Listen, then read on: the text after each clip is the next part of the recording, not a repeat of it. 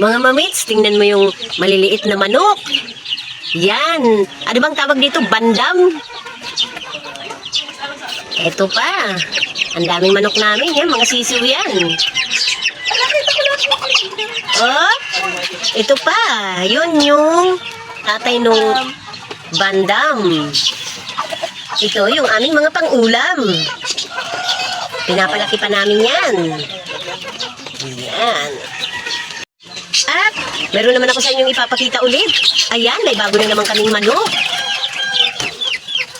Organic daw yan. Yung panay lang ang itlog, kaso maliit pa sila. Mga ilang buwan pa daw yan bago mangitlog, oy. Mga manok, bakit ba kayo nagtatago? Alam niyo na rin ba? Na binibidyoan ko kayo? Ang gaganda, no? Ayan, sa susunod ipapakita ko yan sa inyo. Nangingitlog na.